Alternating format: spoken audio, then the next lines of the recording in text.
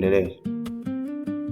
Kwa hiyo cell ni kibox ambacho kinatengenezwa na intersection ya nini, ya column na row. Yani hapa hizi ni mistari kwenda chini ni columns na hii ya kwenda hivi inavyopishana inatengeneza vijumba. Kwa kila kijumba tunakokitengeneza hapa kinaitwa cell. Kila kijumba tunakiita cell. So cell ile ya biology ya binadamu, hii ni cell ya Excel. Ndio maana pia hiyo ina nini, Excel. Kwa hiyo hivi vijumba ndio tunaviita cell. Sasa kila kijumba kina jina lake. Kwa hiyo huku sasa tuseme cell name, tunasema ni cell address. Kwa sababu gani? Jina la kile kijumba kinatokana na location ya iko kijumba kilipo. Kwa hii hapa ni name of the cell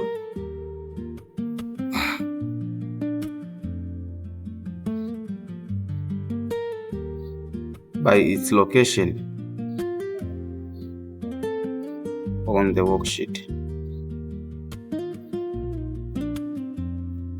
Kwamba hapa hii cell address, tunaposema cell address, ili ni jina la cell, lakini hilo jina linapatikana kutokana na location ya hiyo kijumba kilipotokea ndani ya nini, ya worksheet. Kwa mfano kijumba hiki hapa tunakiita K10 kwa sababu gani? Kinatoka kwenye column K, kinatoka kwenye row namba 10. Kwa hiyo ukiulizwa cell address ya kijumba hiki utasema hiki ni K10.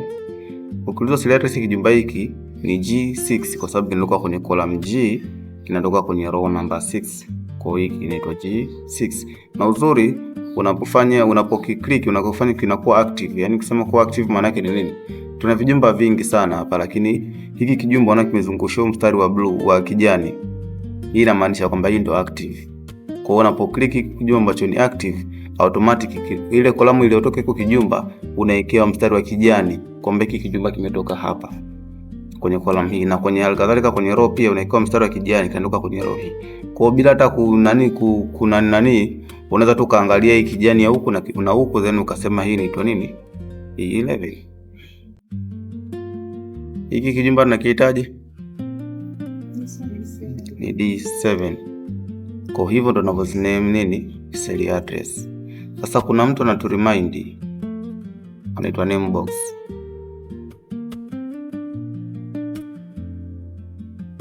Name box kazi yake yeye anaturemind. Kwa hiyo huyu ana show and locate.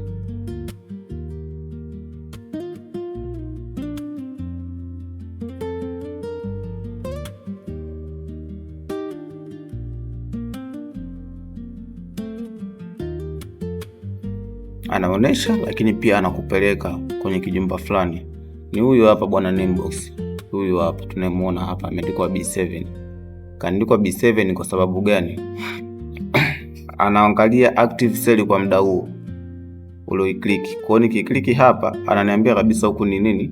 Ni H9. Na kule ukiangalia inatoka kwenye column H na row namba 9. Kwa hiyo unaweza pia ukamlocate, ukamwomba kulocate anipeleke kwenye G6. Ukimenya enter anakupeleka kwenye G6.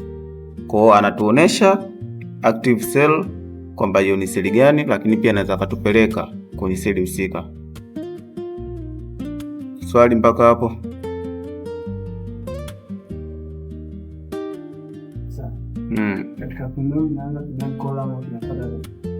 Yeah, sheria ya cell address lazima uanze na column ndio nafuata row katika kuiname. Kwa hiyo hakuna cell inaitwa 7D, ni D7. Lazima uanze na herufi then ndio ije nini? Ije namba. Hii ni tofauti, ni inverse kidogo na algebra. Umeona ni algebra unaanza na namba afu herufi inakaa mbele. Huku ni tofauti, huku unaanza na herufi namba ndo mbele.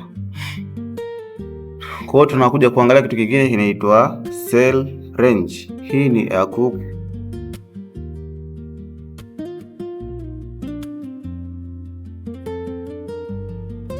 group of cells. Sasa hiko kikundi cha seli inaweza kuwa kimetumika au kilikuwa kiko projected kwa ajili ya kutumika. Kwamba nataka nikatumie seli hizi hapa katika kuandaa taarifa yangu. Hiyo ndo cell range. Tufanye kitu reality. Tunachukua takwimu za mifugo labda ambayo iko bandani, ambao mifugo ni ng'ombe, ng'ombe na mbuzi. Nachukua mifugo kuanzia Jumatatu, Jumanne, Jumatano, Alhamisi na Ijumaa tuseme. Kwa hiyo mifugo nitakuja kujaza hapa ndani.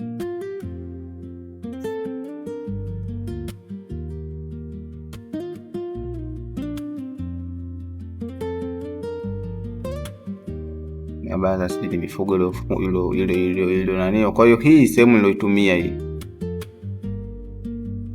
this is a cell range. Kwa hiyo ni sehemu ambayo imekuwa projected kutumiwa au umeshaitumia, ambayo inakuwa na group of cell. Kwa hiyo ni group of cell projected to used or projected to be used.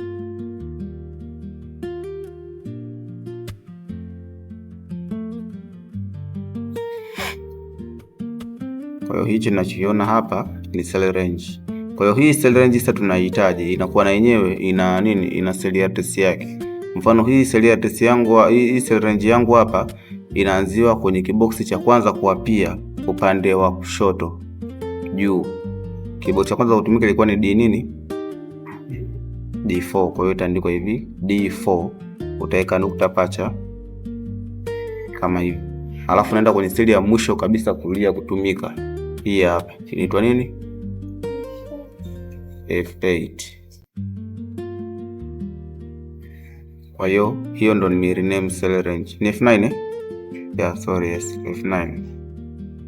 Kwa hiyo hiyo ndo cell range yangu.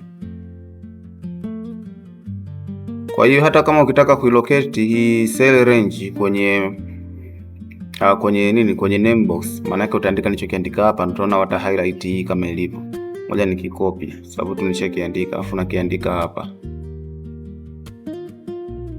kwenye name box kama hivi. Nikiminya enter, unaona ame highlight ile sehemu ambayo nimeitumia. Kwa hiyo hapa ndo notation ya nini? Ya cell range. Tutaona tunaitumia wapi. Twende kitu kingine kinachofuata hapa tunachokiona kinaitwa formula bar.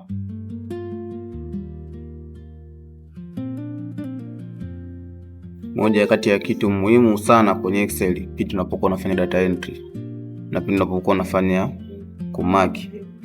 Formula bar ni hii sehemu hapa ambayo tunaiona hii. Hii ndio inaitwa formula bar kama inavyoonekana. Sasa hii kazi yake ni nini? Hii ina kazi kuu mbili. Kazi ya kwanza inatumika to edit content of an active cell.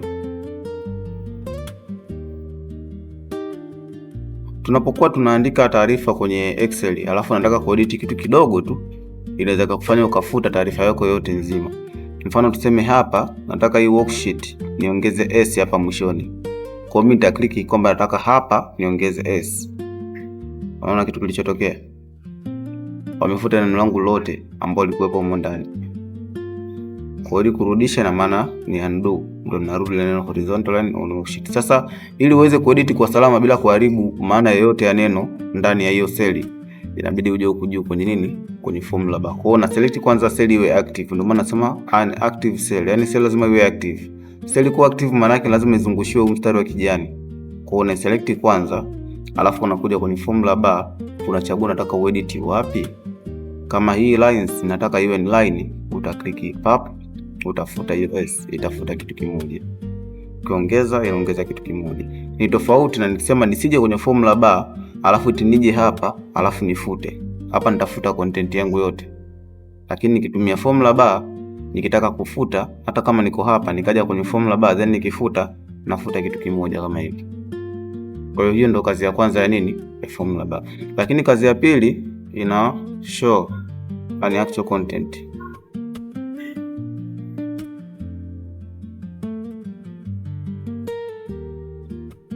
Kama nilivyowaambia hapo mbeleni kwamba tutakuja kufanya mahesabu. Excel imeundwa kwa sababu ya mahesabu. Sasa kuna cell tutazitumia kama outcome za hesabu yangu. Na kuna cell ambazo zitakuwa zinaingizwa namba ku input kawaida. Sasa hii kwa mtazamo wangu wa kawaida sitaona.